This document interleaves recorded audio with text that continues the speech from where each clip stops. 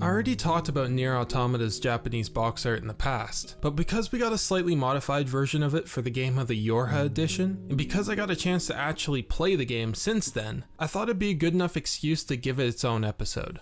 Outside of Japan, the original release got a separate cover, and while this one isn't bad, I don't think it holds a candle to the original. Like I always say, I'm all about emotion in art. For me, a good box art is one that's able to convey the feelings and ideas that make the game unique. Yeah, sure, I can tell that the world is in shambles and the character 9S is looking a little contemplative, but other than that, there's not much else that really separates it from the bunch, as there are lots of things I can say about this box art that I can say about many others. The Japanese art, on the other hand, in my opinion, offers a lot more, and it's crazy how much I was able to extrapolate from this seemingly simple image back when I first talked about it, without knowing anything about the story at all. I was able to tell that these two characters shared a strong connection. I could also tell that all of them were really struggling. I knew this wasn't going to be a story about brave characters overcoming the odds. This was going to be a story about people who were barely holding on. This isn't the face of someone calm and composed.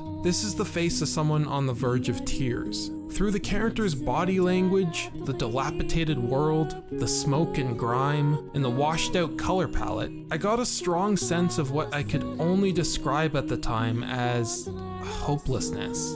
Now that I've played the game, I've gotten a much better idea of who these characters really are. And all of a sudden, there's so much more to take away here.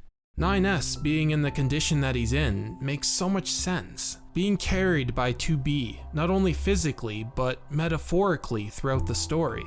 2B, who, in my opinion, is the strongest willed character in the game, standing tall in the front, despite the uneven ground and the wasteland surrounding them. A2, being a character who's very much burdened by her past, staring out woefully into the distance, still following 2B, but clearly lost in what's behind her. All of this is framed by smog and debris, washed over a pure white background. And this is what I think really separates this cover from the alternative. When I first saw it, I liked the simplicity, but I couldn't quite put my finger on what it felt like. I was hovering around bleakness, sadness, hopelessness. But now, after experiencing NieR Automata, I know exactly what it is. Emptiness. The feeling that, besides this mess, there really is nothing left in this world. We try to peer through the smoking clouds to try and make out something, anything, but all we see is this endless white void. Nothing. Who's to say 2B isn't looking out into the same thing? If anything embodies this game, it's that struggle in the face of emptiness, meaninglessness. And this cover perfectly captures that.